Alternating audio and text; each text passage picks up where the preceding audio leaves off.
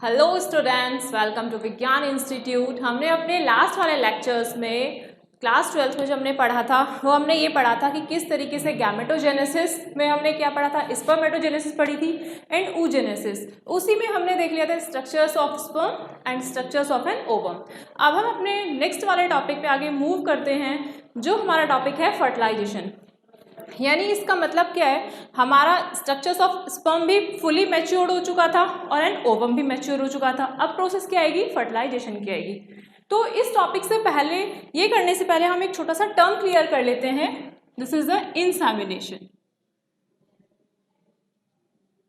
What is insemination? Insemination during first intercourse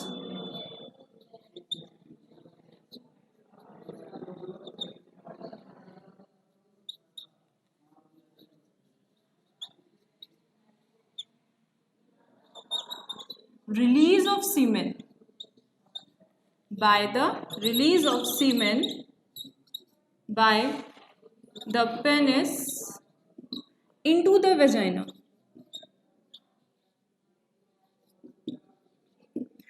जो सीमेन release होता है बाय द पेनिस के थ्रू इनटू द वेजाइना में है, वो प्रोसेस क्या कहलाती है, हमारी इंसेमिनेशन। अब हम देखते हैं इसमें फर्टिलाइजेशन क्या होता है। हमने अपना फीमेल रिप्रोडक्टिव स्ट्रक्चर्स में इस तरीके से ये देखा था। जब हमने अपना फीमेल रिप्रोडक्टिव स्ट्रक्चर्स पढ़ा था तो हमने इसमें ये वाला एक स्ट्रक्चर्स भी इसको स्टडी किया था। इसमें हमने इसको क्या बोला था, ये हमारा क्या था, fimbriae. This is called the, ये क्या था हमारे यहाँ पे, ampulla. Ampulla and this region is called isthmus. उस टाइम भी मैंने आपको बताया था कि वहाँ पे कि मतलब ऐसा फीमेल रिप्रोडक्टिव ऑर्गन में कौन सा ऐसा प्लेस होता है जहाँ पे फर्टिलाइजेशन टेक प्लेस करता है। तो इसमें यहाँ पे क्या होता है, जैसे जब स्पर्म हमारा मैच्योर हो जाता है तो वेजाइना के थ्रू यहाँ से क्या होती है, उसकी एंट्री हो जाती है। और यहाँ पे क्या था, एक ओवम था which is a secret the ovary थी which is a secret a ovum. जो हमारी ओवरी क्या करती है, सीक्रेट करती है। ओवरी क्या होती है, वो बोथ साइड आर प्रेजेंट होती है एंड 1 मंथ बाय 1 मंथ करके क्या होती है, 1 एक एग प्रोड्यूस करती है। जिसमें अब यहाँ पे क्या होगा, जब ये ओवम क्या होगी, ये जो फिम्ब्रियाई है, ये फिम्ब्रियाई इसको कैच करेगी और इनटू द इस रीजन में, यानी अपने ये पूरा हमारा क्या कहलाता है, फिम्ब्रियाई एम्प्यूलाइन इस्थमस मिलके क्या बनता है, ये पूरा एक फेलोपियन ट्यूब। यानी इस ओवम को उठा के कैच करके इस फेलोपियन रीजन में ला देती है, इसको बोलते हैं। और वो इस वाले पार्ट पे ला देती है, उसको बोलते हैं एम्प्यूला। क्यों? क्योंकि थोड़ा सा स्वेलो रीजन होता है। यहाँ पे जैसे ही स्पर्म आता है, ठीक है, ड्यू टू द इंटरकॉर्स या क्वाइटस के टाइम जब स्पर्म की एंट्री होती है तो क्या होता है, जब ये आपस में यहाँ पे इसमें यहाँ पे इम्बेडेड हो जाते हैं, मिक्सड हो जाते हैं, तो दे फॉर्म अ जाइगोट। यानी उस दिन भी हमने पढ़ा था कि n प्लस n मिलके क्या बन जाएगा, 2n। मतलब when a fuse of the sperm and the ovum then they form a zygote, it's called a 2n conditions. जो कि स्पर्म हमारा क्या था, 23 क्रोमोसोम कंसिस्ट करके रख रहा था, और वेयर इज ओवम भी हमारा क्या था, 23 क्रोमोसोम कंसिस्ट करके रख रहा था। जिसमें कि हमारा 23 और प्लस 23 हम इसमें बोल सकते हैं ये भी हमारा कैसा है, हैप्लॉइड नेचर में है, एंड सेम एज ये भी हमारा कैसा है, हैप्लॉइड नेचर में है। यहाँ से अब ये दोनों मिल जाएगा तो कितना बन जाएगा, यहाँ पे 46 क्रोमोसोम बन जाएगा। जिसमें अब इसमें क्या होगा, एक डिवीजन होना स्टार्ट हो जाएगा, एक माइटोसिस डिवीजन। उससे पहले हम ये देखते हैं कि ये स्ट्रक्चर्स है ऑफ ओवम का, कि अब हमने बोला कि ये तो हमने बता दिया कि फर्टिलाइजेशन इस तरीके से हो गया। लेकिन जैसे ही ये स्पर्म की एंट्री होती है, स्पर्म की एंट्री होती है, ये इस ओवम के पास पहुंचता है, तो ये एक ओवम का स्ट्रक्चर्स है। जिसमें हमने एंड स्ट्रक्चर्स ऑफ जब ओवम हमने पढ़ा था उसमें भी मैंने आपको ये वाला स्ट्रक्चर्स क्लियर किया था। जिसमें ये क्या होता है, आपको ये यहाँ पे दिख रहा है, ये ओवम, दिस इज द, ये जो स्पेस है, ये स्पेस क्या कहलाता है, प्री वेटेलियन स्पेस।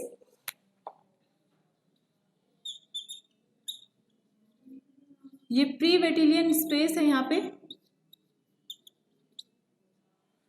उसके बाद ये जो आउटर मेम्ब्रेन दिख रही है, this is the called the zona pellucida, ठीक है। उसके बाहर आप देख रहे हो यहाँ पे ग्रीन कलर की सेल्स दिख रही हैं, this is called the corona radiata. ये कोरोना रेडिएटा की सेल्स हैं। उसके बाद आप देख रहे हो इसी के आसपास क्या हो रहा है, स्पर्म की एंट्री। सिर्फ अभी तक हमें सिर्फ इतना पता है कि यहाँ पे आके हम इतने स्ट्रक्चर्स को पढ़ते हैं कि इस तरीके से एक ओवम हो गया और एग हो गया। अब बट इसका एक ब्रॉडली स्ट्रक्चर्स देखा जाए तो वो इस तरीके से होता है। अब यहाँ पे इस तरीके से बहुत सारे या there are the lot of sperm की एंट्री होती है। बट ये जो ज़ोना पेलुसिडा होता है ना, ये सिर्फ क्या करता है, अगर सपोज यहाँ पे एक ही ओवम है तो सिर्फ क्या करेगा, ज़ोना पेलुसिडा सिर्फ एक ही स्पर्म की एंट्री प्रोवाइड कराएगा। इसमें हमने स्पर्म में ये भी पढ़ा था कि इस तरीके से हमने स्ट्रक्चर्स ऑफ ये देखा था स्पर्म का, ये हमने देखा था यहाँ पे ये क्या था, इसका head region, this is called the middle region and this part is called the tail. तो इस रीजन में हमने देखा था यहाँ पे क्या था, इसमें हमने बोला था कुछ एक्रोजोम होते हैं। क्या होते हैं, एक्रोजोम्स। तो पहले सिर्फ हम इतना ही पढ़ेंगे कि ये जो हमने इसमें आप देख भी रहे हो यहाँ पे जो स्ट्रक्चर्स ड्रॉ किया हुआ है, ये जो स्पर्म का है, जो इसका हेड पार्ट है, हेड रीजन है, ये कैसा है, थोड़ा सा पॉइंटेड है ताकि ये इस ज़ोना पेलुसिडा में क्या कर सके, एंट्री कर सके। और जब ये एंट्री एक स्पर्म, सपोज एक स्पर्म की एंट्री हो जाएगी इनटू द ज़ोना पेलुसिडा में, तो तब क्या होगा, बाकी के सारे जो स्पर्म हैं यानी एडिशनल्स ऑफ द स्पर्म्स को क्या कर देगा, ये प्रिवेंट कर देगा, अपने अंदर नहीं आने देगा। क्यों, क्योंकि ओवम तो क्या है, एक ही है ना। तो सेम क्या होगा, यहाँ पे स्पर्म भी एक ही एंट्री होगी। देन अब ये एक्रोजोम वर्क करेगा। अब इसके अंदर कुछ प्लाज्मा मेम्ब्रेन भी होंगी और यहाँ पे बहुत सारा कुछ क्या होगा, साइटोप्लाज्म भी होगा। तो इस जो स्पर्म है, अब स्पर्म क्या ज़ोना पेलुसिडा को तो पार कर गया, अब ये इसके अंदर कैसे आएगा, यहाँ पे कुछ एक्रोजोम यानी इसके अंदर कुछ सेवरल एंजाइम होते हैं जिसके थ्रू ये क्या करता है, एंट्री करता है इनटू द ओवम वाले रीजन में। जब यहाँ पे ये ओवम, इसमें एंजाइम यानी कौन से, हाइल्यूरोनिडेज एक एंजाइम होता है जिसके थ्रू एक्रोजोम गोल्जी कॉम्प्लेक्स अपने अंदर सीक्रेट करके रखता है। तो जिसके थ्रू ये क्या करेगा, एक एंट्री इसको मिल जाएगी। जब एंट्री मिल जाएगी देन इससे क्या कर लेगा, कॉन्टैक्ट कर लेगा। देन फिर ये वाली कंडीशन हो जाएगी यानी हैप्लॉइड एंड हैप्लॉइड मिलके एक पूरा क्या बन जाएगा, जाइगोट बन जाएगा। इसको हम बोल सकते हैं यहाँ पे एक मेल गैमेट है जो कि एक स्पर्म है, एक ये फीमेल गैमेट है जो कि एक ओवम है, और मिलके क्या बन गया, ये जाइगोट। ठीक है, तो ये हमारी पूरी प्रोसेस क्या आती है, फर्टिलाइजेशन की। तो यहाँ बाय स्टेप से ये ध्यान रखिएगा कि जो स्पर्म की इस तरीके से एंट्री हुई, यहाँ पे जाके ये इसमें मिल गया। फर्टिलाइजेशन 1 मार्क्स के लिए अगर पूछा जाता है, वैसे इसका स्ट्रक्चर्स पूछा जाता है तो आपको सिर्फ इतना ही डिफाइन करना है। अगर 1 मार्क्स के लिए क्वेश्चन पुटअप होता है कि where is a place where fertilisation is take place, कौन से कैसा प्लेस है जहाँ पे फर्टिलाइजेशन का टेक पार्ट होता है या टेक प्लेस करता है, this is the ampullary region. यानी इस ये जो स्वेलो वाला रीजन है या फिर आप फेलोपियन ट्यूब भी बोल सकते हो, वो अब आपको देखना है कि किस क्या ऑप्शन आपका वहाँ पर है, या तो एम्पलरी रीजन होगा या फिर at the junctions between isthmus and ampulla, दोनों के जंक्शंस के बीच में, यानी इन दोनों के बीच में यहाँ पे भी कर सकता है। और अब वो ऑप्शन पे मे भी आपको वो फेलोपियन ट्यूब भी मिल जाए तो आप उसको फेलोपियन ट्यूब भी टिक कर सकते हैं। ठीक है, अब हम देखते हैं अपना नेक्स्ट टॉपिक, इम्प्लांटेशन। इम्प्लांटेशन क्या होता है, अभी हमने देखा जो हमारा एम्पलरी रीजन था उस रीजन में हमारा क्या हुआ, जाइगोट का फॉर्मेशन हो गया यानी फर्टिलाइजेशन हो गया। जब वहाँ पे फर्टिलाइजेशन हो जाएगा, अब धीरे धीरे यहाँ पे ये मूव करता हुआ कहाँ पर आ जाएगा, इस रीजन में, यानी कौन से में, यूट्रस वाले रीजन में। अब यूट्रस वाले रीजन में आएगा तो हम इसमें यहाँ पे बोल सकते हैं कि N प्लस N मिलके क्या बन गया था हमारा 2N यानी जाइगोट बन गया था, जिसका डेवलपमेंट कहाँ होगा, इनटू द यूट्रस में। ठीक है, इसमें अब आपने देखा, इसमें अब क्या होगा, माइटोटिक डिवीजन्स होगा। माइटोटिक डिवीजन्स का मतलब ये जो हमारी एक सेल है, एक सेल से यहाँ पे 2 सेल्स बनेंगी, 2 से हमारी 4 बनेंगी इस तरीके से, और 4 से फिर हमारी क्या बनेगी, यहाँ पे 8 to 16 सेल्स बनेंगी। देन 16 के बाद अगेन यहाँ पे 32 एंड देन फिर 64, यानी पूरी अब बॉल लाइक स्ट्रक्चर्स बन जाएगा ऑफ द सेल्स का। जैसे हम पढ़ते हैं ना कि जो हम the fundamental of the life का जो हम चैप्टर पढ़ते हैं जिसमें हम देखते हैं सेल, तो सेल हम क्या पढ़ते हैं, group of cell is called tissue, यानी पूरा ये जो सिस्टम होता है टिश्यू मिलके ऑर्गेन बना देता है, तो ऑर्गेन मिलके पूरा ऑर्गेन सिस्टम देन फुल एक ऑर्गेनिज्म बना देता है। तो अब जो एक ह्यूमन बीइंग जो एक फॉर्म हुआ है वो कहाँ से फॉर्म हुआ है, इस एक सेल से, इस एक डिवीजन से, जब वो डिवीजन उसमें होता गया है। तो बेटा इस ये जो हमारा 8 to 16 जो हमारी सेल्स हैं उसको क्या बोलते हैं, मोरूला। एंड यहाँ पे जो अब जो 16 के बाद जो डिवीजन होगा सेल्स में उसके लिए बोला जाएगा ब्लेस्टुला, ब्लेस्ट्यूला। देन आगे फिर गैस्ट्रुलेशन प्रोसेस होती है, वो गैस्ट्रुला कहलाती है, वो बहुत ज़्यादा फिर डेवलप्ड हो जाती है, मतलब उसमें पूरा फुली एम्ब्रियोनिक का डेवलपमेंट होना स्टार्ट हो जाता है।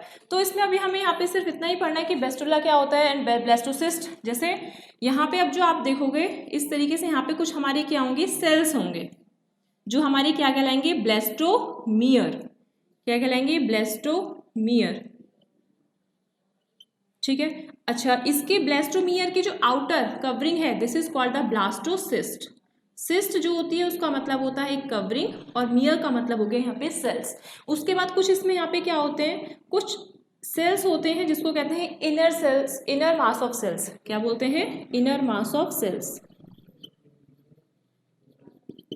Inner mass of cells.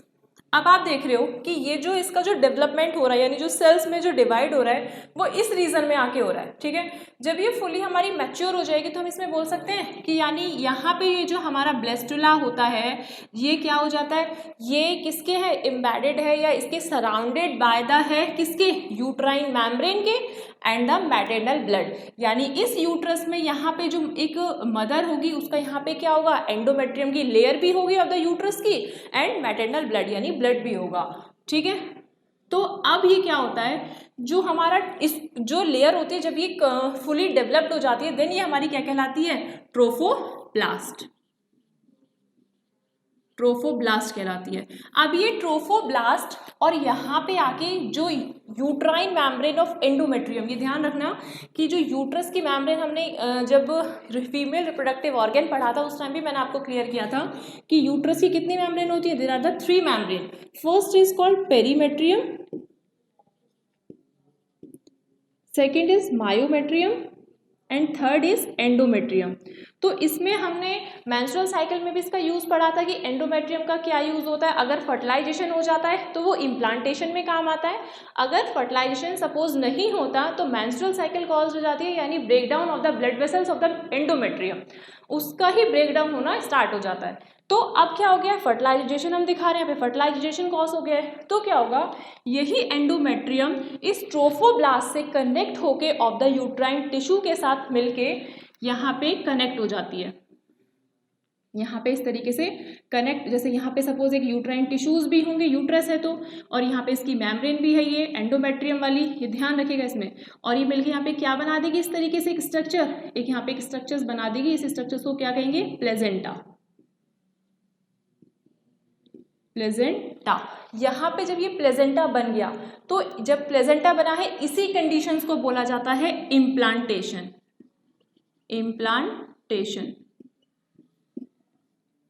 अब हम इसके आगे पढ़ेंगे नेक्स्ट वाले टॉपिक में कि प्रेगनेंसी और इम्प्लांटेशंस में मतलब जब प्रेगनेंसी कॉज्ड हो गई, अब प्रेगनेंसी कॉज्ड हो जाएगी एम्ब्रियोनिक का डेवलपमेंट। अभी सिर्फ देखा कि ये जो हमारा क्या था, या जो जाइगोट था जो सेल पे डेवलप्ड हो चुका था, मोरुला और ब्लास्टुला की सेल्स बन गई थी, देन उसका जो हमारी यूट्राइन थी, यूट्राइन यानी यूट्राइन की जो मेम्ब्रेन थी एंडोमेट्रियम, वो इम्बेडेड हो गई थी किसके साथ, इन द ट्रोफोब्लास्ट के साथ और द यूट्राइन टिश्यूज के साथ। देन क्या फॉर्म कर दिया था उसने, प्लेजेंटा फॉर्म कर दिया था।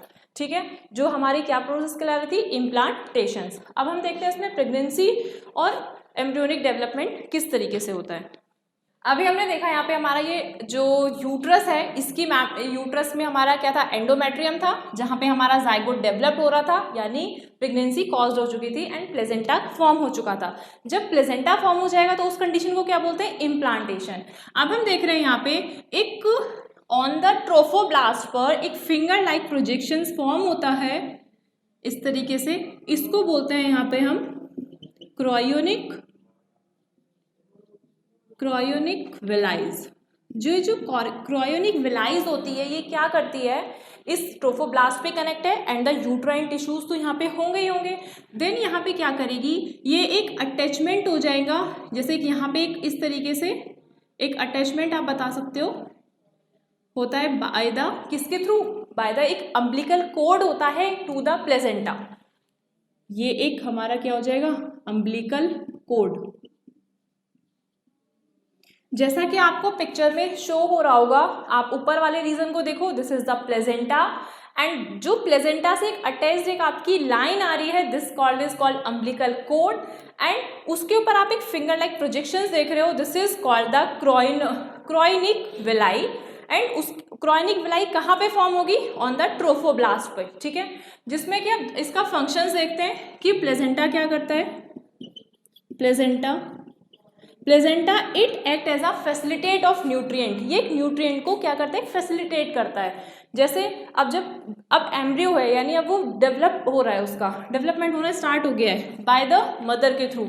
अब जो भी मदर अपना फीडिंग करेगी या जो भी चीज़ वो लेती है वही वो सारा कहाँ ट्रांसफर हो जाए, इनटू द फीटस में या इनटू द एम्ब्रियो में।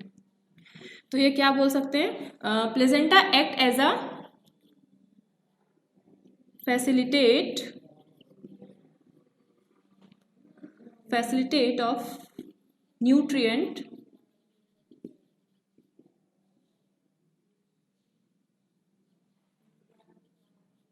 to the embryo। अब इसमें क्या आ जाता है हमारा न्यूट्रिएंट में, इसमें ऑक्सीजन भी आ जाता है, वाटर भी आ जाता है, यानी जो फीटस है जो ग्रो कर रहा है, जो मैच्योर हो रहा है, उसको ऑक्सीजन कहाँ से मिलेगी, उसको मदर की बॉडी से मिलेगी। बट ये कर तो प्लेजेंटा रहा है, लेकिन आप एक पैसेज देख रहे हो जो एक अटैचमेंट है किसके थ्रू जा रहा है, बाय द अम्बिलिकल कोर्ड के थ्रू जा रहा है, ठीक है। उसके बाद अब बेबी क्या करेगा, उसने अभी यहाँ पे हम पता है बेबी प्रोनाउंस नहीं करते, हमने क्या, हम यहाँ पे क्या बोलेंगे, अभी वो एम्ब्रियो है, एम्ब्रियो का डेवलप्ड हो रहा है, धीरे धीरे जब वो मैच्योर होना स्टार्ट हो जाएगा उसको फिर फीटस बोला जाता है। देन जब फर्स्ट डिलीवरी कॉज्ड होती है तो उसको क्या प्रोनाउंस किया जाता है, is called infant.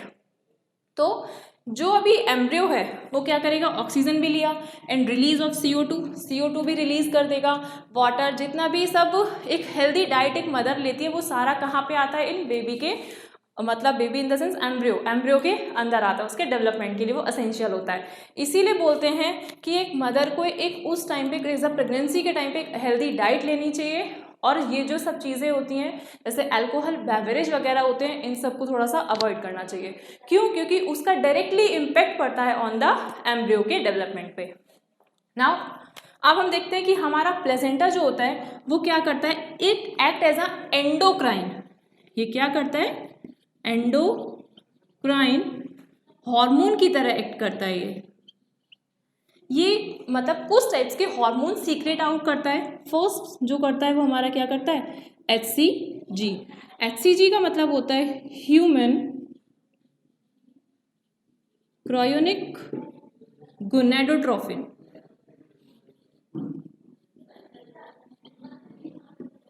Second one is HPL। HPL is again H human, P का मीन्स हो गया यहाँ पे प्लेजेंटा, एंड देन L का मतलब हो गया यहाँ पे लैक्टेशंस। देन थर्ड इज, इसमें एक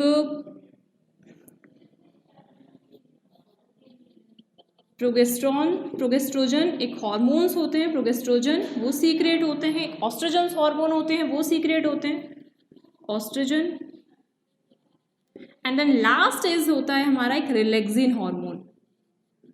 ये मदर की बॉडी में ऑलरेडी सीक्रेट होता है, यानी जब as a foetus fully developed होता है तो ये जो हमारी एंडोमेट्रियम होती है जिसने क्या फॉर्म कर दिया, एक प्लेजेंटा फॉर्म कर दिया। अब इसकी बाहर की जो बाकी की जो मेम्ब्रेन बची होती है यानी मायोमेट्रियम होती है वो क्या करती है, फैसिलिटेट करती है, वो एक कुछ ऑक्सीटोसिन हार्मोन होता है उसको सीक्रेट करती है, जिससे कि आपस में ये जो रिलैक्सिन हार्मोन होता है और जब बेबी फुली मैच्योर्ड हो जाता है ताकि वो इजीली से क्या हो सके, एक्सपेल आउट हो सके।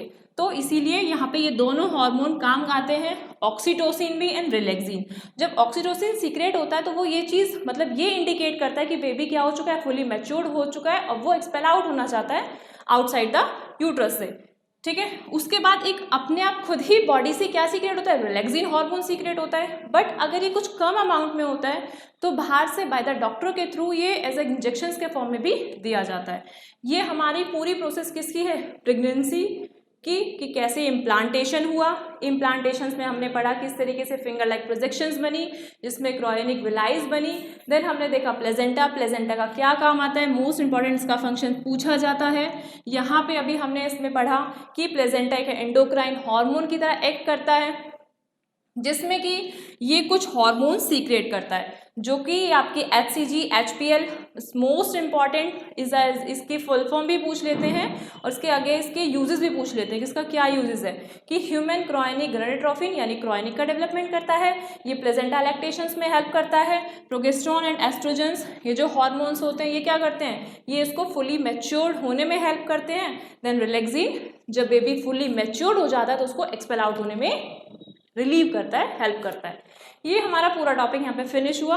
अभी हमने देखा हमारा कि प्लेजेंटा फॉर्म हो गया, देन वो अपना क्या हो गया, हमारा फीटस फुली क्या हो रहा है, मैच्योर हो रहा है। तो अब क्या होगा, जब एम्ब्रियोनिक डेवलपमेंट में there are the some stages होती हैं, जैसे कि एज अ पूरी प्रेगनेंसी एक वर्ड आता है भी आपका गेस्टेशंस, कि गेस्टेशंस क्या होता है, गेस्टेशंस, तो हम इसे बोल सकते हैं कि total average time of the pregnancy, pregnancy का टोटल एवरेज जो टाइम होता है कितना होता है, ड्यूरिंग 9 मंथ का होता है।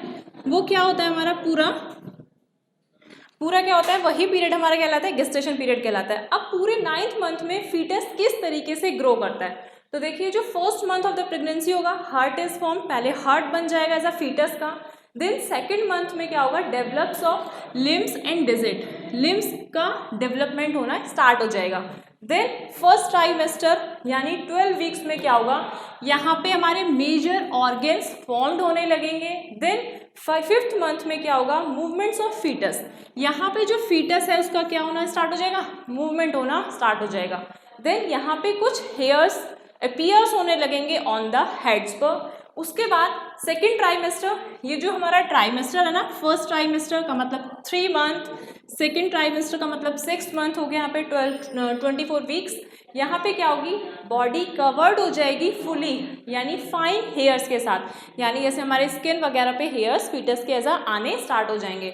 आईलिड्स, आईलैशेस, इन सब का बनना स्टार्ट हो जाएगा और आईलिड्स जो होंगी वो क्या होंगे, एक दूसरे से सेपरेट होना स्टार्ट हो जाएंगी। किसमें, सेकेंड ट्राइमेस्टर कंडीशन पे।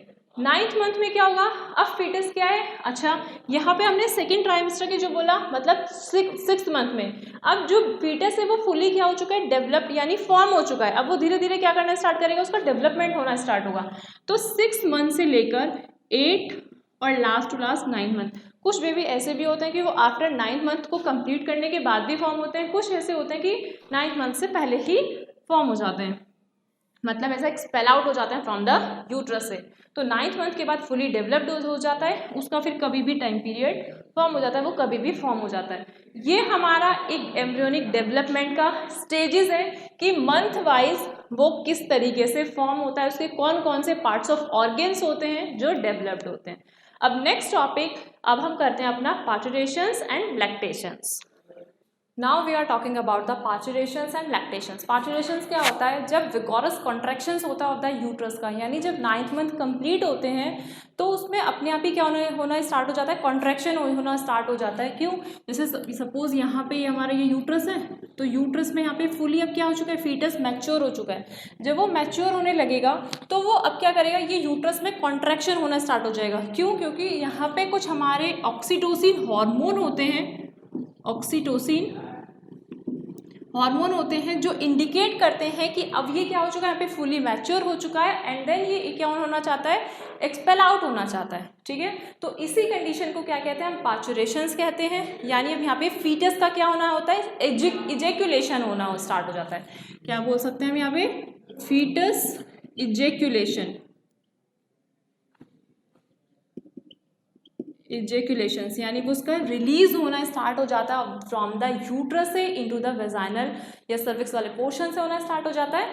ठीक है, ये हमारा क्या होता है, पूरा पार्चुरेशंस होता है। ये ऑक्सीटोसिन, और यहाँ पे एक हार्मोन का और काम होता है हमारा रिलैक्सिन। रिलैक्सिन क्या करता है, ये भी इसमें हेल्प करता है फुली, मतलब उसकी पूरा सपोर्ट करता है ताकि बेबी जो है या फीटस जो है वो इजीली से क्या हो सके, एक्सपेल आउट हो सके। Now next point is lactations. Lactations क्या होता है, मैमरी ग्लैंड्स होता है और द फीमेल्स का जो अंडरगो जब डिफरेंशिएशंस होती है, यानी जब ये फीटस हमारा फुली क्या होता है, मैच्योर हो चुका होता है, तो उसमें कुछ डिफरेंशिएशंस आती हैं ड्यूरिंग द प्रेगनेंसी के टाइम, तो वो क्या प्रोड्यूस करती है एज अ मिल्क प्रोड्यूस करती है एंड ऑफ द प्रेगनेंसी। जब वो प्रेगनेंसी यानी 1 मंथ से लेके 9th मंथ तक का जो टाइम पीरियड होता है, वहाँ पे हमारे प्रोलैक्टिन हार्मोन स्टार्ट हो जाते हैं, सीक्रेट करना स्टार्ट कर देते हैं फ्रॉम द पिट्यूटरी ग्लैंड से। देन बट जो हमारा ऑक्सीटोसिन होता है वो रिलीज करता है। जो इसमें एक डिफरेंस है, ये ध्यान रखना, प्रोलैक्टिन हार्मोन एंड ऑक्सीटोसिन। जो प्रोलैक्टिन हार्मोन होता है वो क्या करता है, वो उसको रिलीज करेगा, मतलब उसका सीक्रेशन यानी उसको स्टार्ट करेगा, फॉर्म करना स्टार्ट करेगा ऑफ द मिल्क को, मिल्क का प्रोडक्शन फॉर्म करेगा। बट ऑक्सीटोसिन क्या होगा, जब आफ्टर द मतलब पूरी 9th मंथ की प्रेगनेंसी कंप्लीट हो जाएगी तो रिलीज करेगा मिल्क को, ताकि जो इन्फेंट है उसको क्या मिल सके, मिल्क मिल सके। तो वही प्रोसेस पूरी क्या कहलाती है, लैक्टेशन कहलाती है। इसमें एक वर्ड आता है क्लोस्ट्रम। क्लोस्ट्रम क्या होता है, क्लोस्ट्रम यानी वो मिल्क जो मदर अपने इन्फेंट को first two they are the some days कराती है, जैसे 7 to 8 डेज बोल सकते हैं, या कुछ हमारे ये मंथ्स में भी जाते हैं। मंथ्स इन द सेंस जैसे हम बोलते हैं ना कि 6 महीने तक मदर का दूध बहुत ज़्यादा असेंशियल होता है, मिल्क बहुत असेंशियल होता है, किसके लिए, ऑफ द इन्फेंट के लिए, एक छोटे से बेबी के लिए 6 मंथ तक भी। ठीक है, ये क्या करता है, ये एक्ट करता है एज अ एंटीबॉडी की तरह। एक एंटीबॉडीज होती है इसमें बहुत सारी, एक इन कंटेन द एंटीबॉडीज, और एंटीबॉडीज क्या करती हैं, it prevents the antigens. Antigens मतलब जो भी फॉरेन बॉडीज होती हैं या फॉरेन पार्टिकल्स, जैसे बैक्टीरिया, वायरस, जो भी किसी बेबी को आके या किसी भी एंटीजेंस हम कहीं भी प्रोनाउंस कर सकते हैं, वो डायरेक्ट क्या करते हैं, इम्पैक्ट करते हैं, इफेक्ट करते हैं ऑन द बॉडी पे। तो ये जो क्लोस्ट्रम होता है, मिल्क होता है, उसमें एक ऐसे प्रोटीन्स होते हैं जो असेंशियल होते हैं फाइट करने के लिए अगेंस्ट द एंटीजन, जो बाहर से एंटीजन्स आते हैं। यहाँ पे हमारा ये एक जो सेकंड चैप्टर था ये हमारा फिनिश हुआ। नाउ अब हम अपना नेक्स्ट चैप्टर अपने नेक्स्ट लेक्चर में कवर करेंगे, जो कि हमारा एक रिप्रोडक्टिव हेल्थ है, जिसमें हम पढ़ेंगे अपना कौन कौन से हमारे मेथड्स होते हैं, वो हम अपने नेक्स्ट वाले लेक्चर्स में फिनिश करेंगे। Thank you.